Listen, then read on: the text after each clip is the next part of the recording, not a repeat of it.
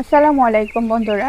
আজ আপনাদের সাথে শেয়ার করব ফুলকপি আর ইলিশ মাছ দিয়ে তৈরি করা একটি রেসিপি। চলুন দেখে আসি কিভাবে করেছি। প্রথমে আমি চুলাতে একটি কড়াই বসিয়ে তার মধ্যে সরিষার তেল দিয়ে দিলাম। তেলটা একটু গরম হয়ে আসলে এর মধ্যে আমি দিয়ে দিচ্ছি লবণ হলুদ মেখে রাখা ইলিশ মাছগুলো।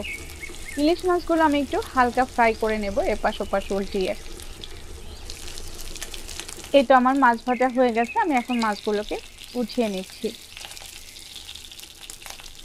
মাছগুলো উঠানো হয়ে গেলে আমি এই তেলের মধ্যে কেটে ধুয়ে রাখা ফুলকপিগুলো হালকা আঁচে একটু ভেজে নেব। এখন বর্ষাকালে ফুলকপিগুলো একটু কেমন যেন একটু গন্ধ থাকে, যে কারণে তেলে একটু হালকা আঁচে ভেজে নিলে এই গন্ধটা চলে যাবে। তবে শীতকালের কপিতে এরকমটা প্রয়োজন হয় না। এই তো আমি তেলের মধ্যে দিয়ে একটু নেড়ে চেড়ে হালকা করে ভেজে দিচ্ছি।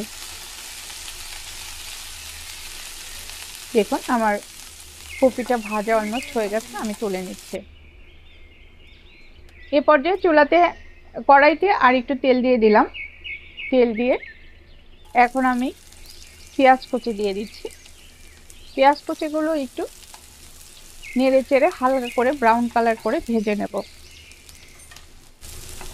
এ পর্যায়ে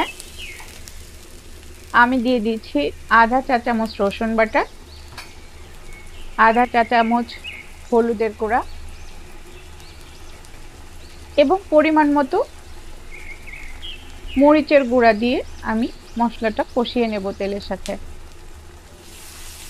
মশলাটা কষানোর সময় আমি এখন একটু দিয়ে দিচ্ছি পানি। পানি দিয়ে মশলাটা কষালে যেটা হয়, মশলাটা পুড়ার সম্ভাবনা থাকে না। মশলা পুড়ে গেলে তরকারির টেস্টটাও পরিবর্তন হয়ে যায়। এই তো একটু সময় ওয়েট করছি আমি। আমার মশলাটা কষানো হয়ে গেলে দেখুন আমার মশলার উপরে তেল ছেড়ে দিয়েছে।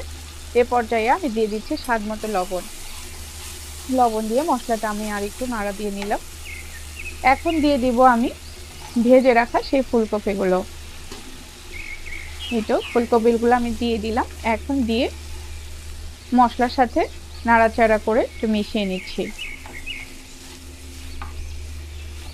মেশানোর এ পর্যায়ে এই তো আমি একটু ঢাকনা দিয়ে ঢেকে মিনিট খানেক একটু ভাপিয়ে নিলাম।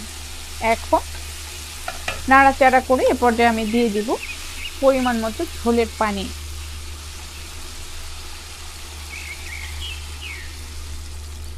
আমি এই পর্যায়ে একটু বেশি পানি দিয়ে দিয়েছি, কারণ এখনকার সময়ে ফুলকপিগুলো সেদ্ধ হতে চায় না, তাই একটু বেশি পানি দিয়ে দিলাম। পানি দিয়ে এবার আমি ঢাকনা দিয়ে ঢেকে 5 মিনিট রান্না করব। ফিরে আসছি 5 মিনিট পরে। এই তো দেখেন পানিতে বলক উঠে গেছে, দ্যাটস মিন পানিটা ফুটে গেছে। এ পর্যায়ে আমি ভেজে রাখা ইলিশ মাছগুলো দিয়ে দিব।